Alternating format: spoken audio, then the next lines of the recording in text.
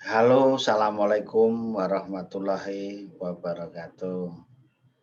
Pemirsa sekalian, jumpa lagi dengan saya di channel Agus Susanto.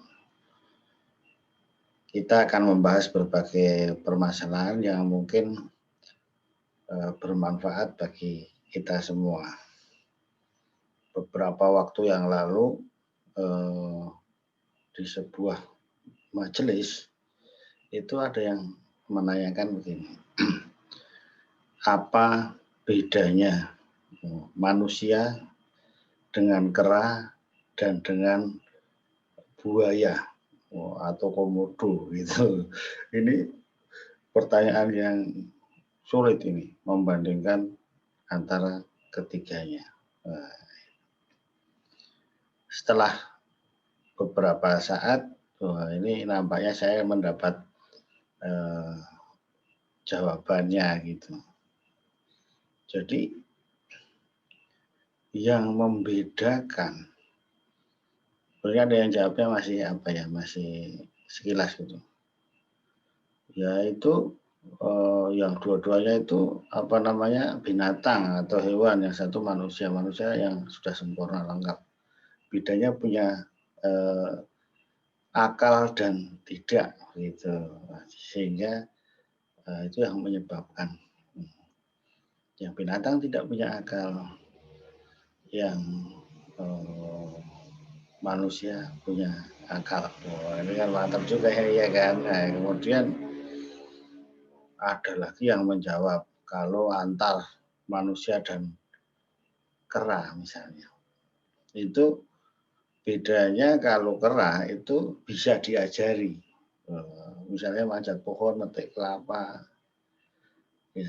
Tapi kalau manusia bisa diajari dan mengajari, ini ya, jadi bisa menirukan dan itu bisa ditransfer ilmunya itu tadi gitu. Bisa mentransfer gitu. Nah, inilah jawaban-jawabannya itu tadi. Kemudian ada lagi pertanyaan mengenai mengapa seorang yang berpendidikan tinggi tapi juga bisa berbuat kejam, jahat misalnya kan itu. Itu kenapa gitu? Padahal sudah diajari mestinya tidak melakukan itu. Tapi kenyataannya bisa banyak. Itu mengapa?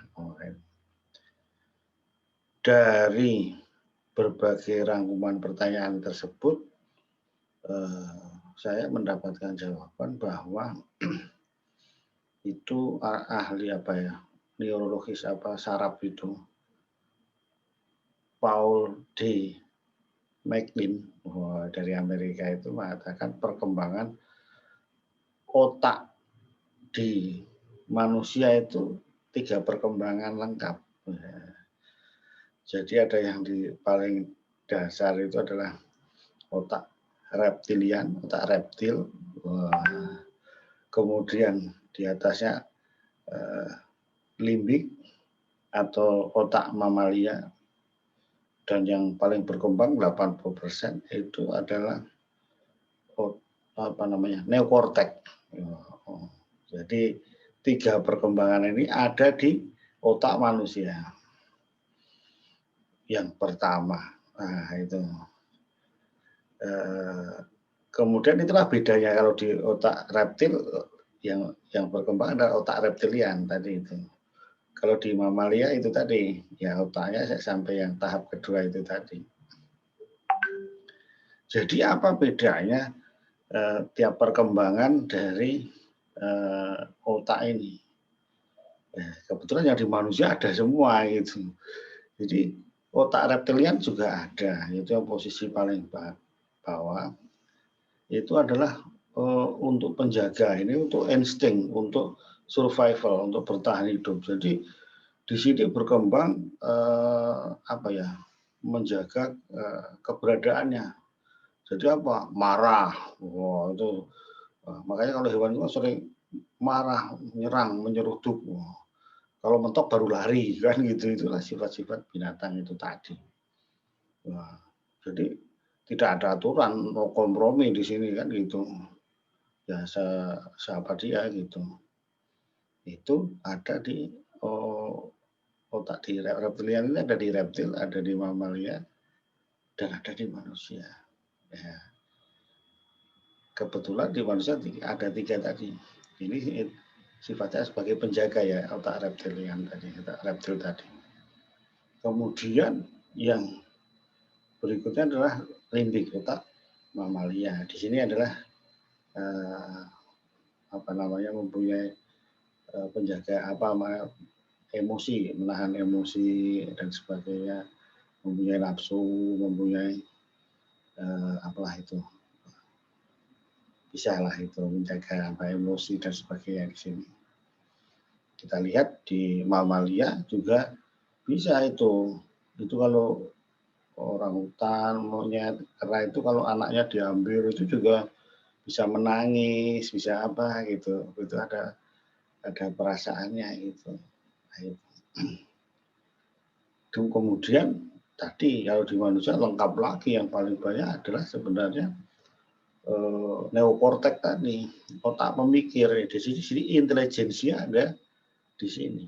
Intelijensia, kepandaian, kecerdasan, maka manusia bisa berpikir, gitu berpikir. Kalian perasaan ini berpikir. Makanya ya tidak punya sayap bisa terbang. Ya kan, itu salah satu contohnya karena berpikir dipandai. Itulah. Jadi beda tadi. Tapi di manusia tidak menutup kemungkinan sifat-sifat otak reptilian tadi muncul. Ya, ngamuk-ngamuk, marah dan sebagainya. Itu kita harus tahu, sadar memang ada untuk survivalnya juga di manusia.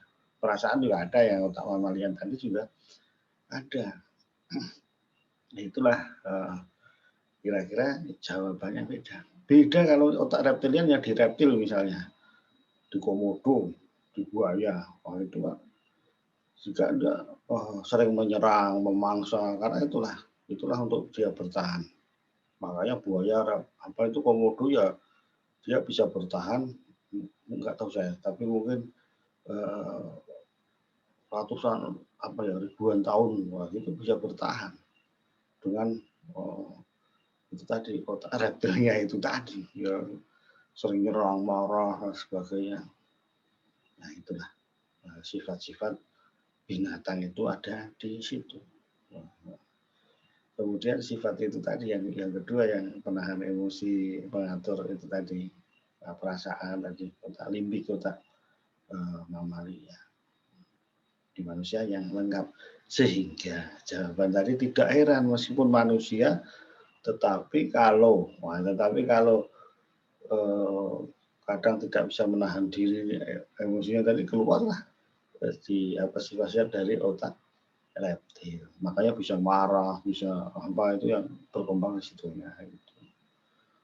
Itulah, mudah-mudahan ini bisa menjelaskan kepada kita supaya kita juga menggunakan intelijensia tadi. Karena yang berkembang di situnya sebenarnya. Nah, gitu. Jadi kita bisa membedakan antara reptil, monyet, kera, dan manusia itu tadi. Demikian pemirsa, mudah-mudahan ini menambah kasanah kita dalam hal berkehidupan ini.